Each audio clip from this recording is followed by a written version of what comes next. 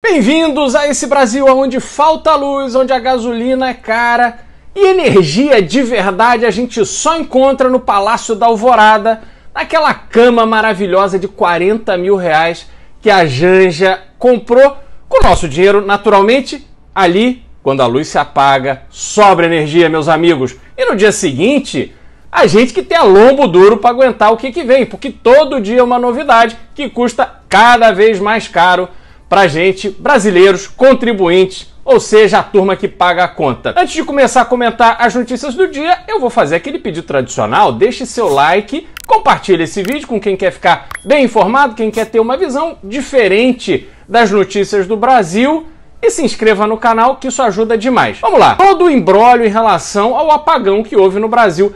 Faz sentido ter um apagão no Brasil? Não, não faz nenhum sentido. Mas isso ainda é reflexo de como a estrutura elétrica brasileira foi concebida. Lá atrás, o Brasil, diferente de países que avançaram muito mais, como os Estados Unidos, por exemplo, quando ele viu as suas potencialidades, no caso da energia elétrica, do petróleo, ao invés de entregar isso para a iniciativa privada, para que a iniciativa privada pudesse desenvolver a fundo essas capacidades, essas bênçãos que o Brasil recebeu em seu território, com tantos rios, com tanta água passando, montamos um parque hidroelétrico que é uma energia limpa.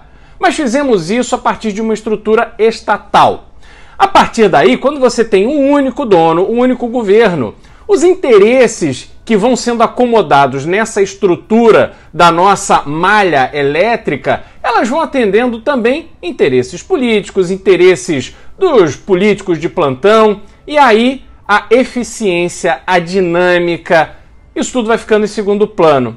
O que a gente tem hoje no Brasil é uma estrutura elétrica onde grandes linhas de transmissão são necessárias para abastecer o Brasil como um todo. Você tem regiões do Brasil com muito mais geração de energia do que outras. Não porque essas outras regiões não tenham capacidade, mas simplesmente porque os investimentos foram em algum momento direcionados. O que aconteceu é que, havendo uma falha na linha principal, na redundância, vários estados, aliás, quase todos os estados, menos Roraima, que curiosamente consome energia vindo da Venezuela, todo mundo ficou no escuro. Agora, esse discurso que a Janja colocou no Twitter e que parte do governo replicou, o próprio ministro das Minas e Energia, que a Eletrobras foi privatizada e por isso houve apagão, isso é um grande, enorme absurdo. O apagão aconteceu por alguma questão técnica, mas também por esse desenho que, no fundo, é ineficiente, tendo em vista o desenvolvimento do Brasil. O que a gente precisa saber é como a Eletrobras vai evitar que eventos como esse voltem a acontecer e estudar a fundo as causas que levaram a esse apagão. Isso não tem nada a ver com o fato da Eletrobras ter sido privatizada. Aliás, digo aqui, pelo fato dela ser hoje privatizada, é que a gente tem a perspectiva de conhecer a verdadeira razão desse apagão. Porque se fosse no governo, ainda se fosse uma empresa estatal, certamente a culpa seria do estagiário e os verdadeiros responsáveis ficariam ilesos. Então, vamos acompanhar, vamos observar. Não adianta fazer esse carnaval, colocar a Polícia Federal e tal, criar este clima de que houve uma sabotagem. Isso, no mundo real, não existe. E aí a gente vai entender o que de fato aconteceu com esse sistema que é altamente controlado, que você tem ali toda uma estrutura de segurança, você tem muita gente de olho naquilo ali. Imaginar que alguém foi lá, simplesmente puxou o cabo e tudo se apagou, isso é muito fantasioso. Não foi isso. É que nem um acidente aéreo. Acontece o acidente, você tem que entender as causas, fazer toda uma investigação do que levou àquele acidente para então tomar medidas que impeçam que aqueles mesmos problemas se repitam. Vamos lá! Além disso, falando ainda no campo da energia, a gente tem todo esse imbróglio do combustível. A Petrobras anunciou o aumento tanto da gasolina quanto do diesel e muita gente reclamando, obviamente, por causa do aumento, mas a gente tem que entender o seguinte: mercado de petróleo, que serve de base para fazer tanto a gasolina quanto o diesel, é um mercado que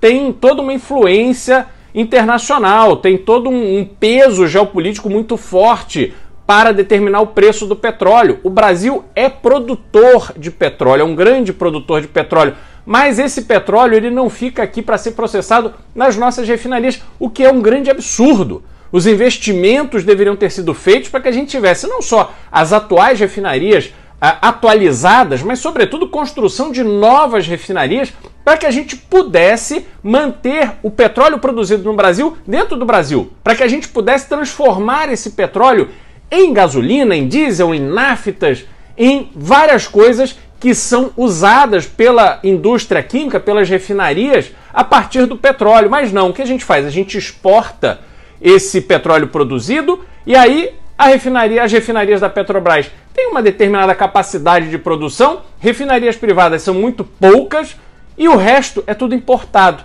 Então há uma dependência do Brasil, sim, dessa flutuação de preço internacional. Nós temos um desenho da Petrobras, como no caso das companhias de energia, feitos para atender demandas regionais a partir de um dono, do governo. Então a gente não tem competição, a gente não tem concorrência, eu falo isso muitas vezes.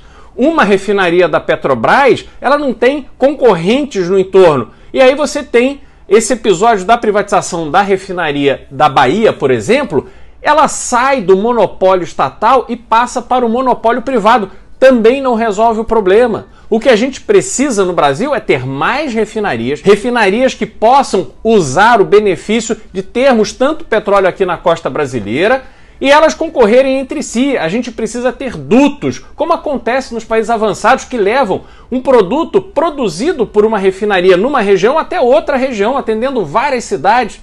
Mas isso no Brasil não dá. Os Estados Unidos começou a construir dutos ainda no século XVIII e nós no Brasil passamos vexame até hoje, 2023, no que diz respeito a dutos. Vai construir um duto hoje, além de muito caro, você tem todo o imbróglio ambiental, você não consegue licenciamento.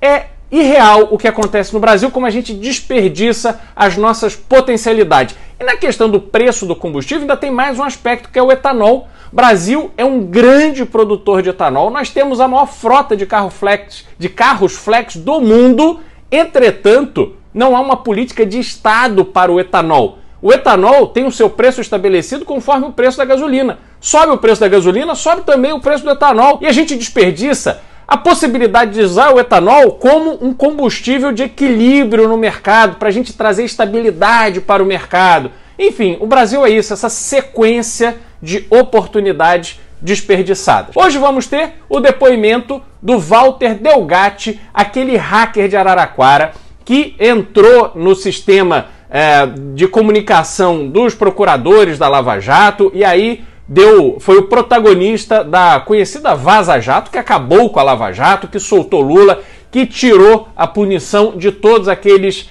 ladrões do dinheiro público, aqueles políticos que participaram do maior esquema de corrupção da história. Essa turma toda ficou livre, leve e solta graças à atuação desse hacker de Araraquara. Aí tivemos a brilhante ideia de Carla Zambelli de chamar esse camarada para que ele trabalhasse junto com ela e Jair Bolsonaro para tentar hackear as urnas eletrônicas, para hackear o sistema do Conselho Nacional de Justiça. Enfim, uma história escabrosa. Eu fico me perguntando como é que alguém ligado à direita acha que um sujeito que acabou com a Lava Jato, que foi responsável por colocar nas ruas toda a quadrilha de esquerda que assaltou o Brasil, que foi responsável por soltar o Lula a partir das informações, a partir da Lava Jato, é que Lula conseguiu ser solto e hoje está aí presidente do Brasil. E aí você acha que esse cara que operou toda essa obra, ele vai ser a pessoa que vai ajudar a direita? Claro que não, e tá aí, cantando feito passarinho, começou já a dar seu depoimento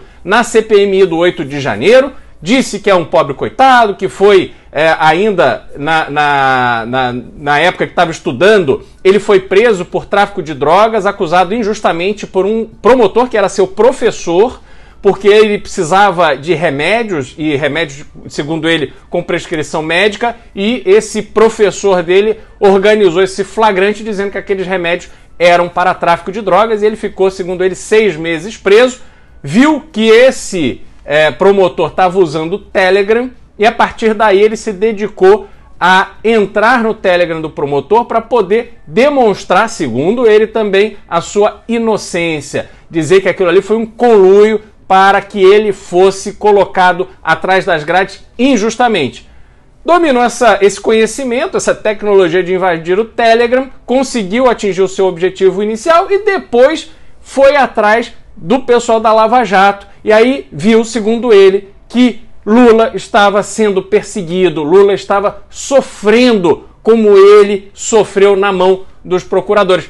E aí sim ele conseguiu acessar essas conversas e divulgar essas conversas. Meus amigos, essa é a conversa que ele está contando, se declarando ali uma pessoa que tem esse tipo de conexão com o presidente Lula e que por isso ele fez tudo o que fez. Voltamos aqui ao fato concreto que está sendo investigado.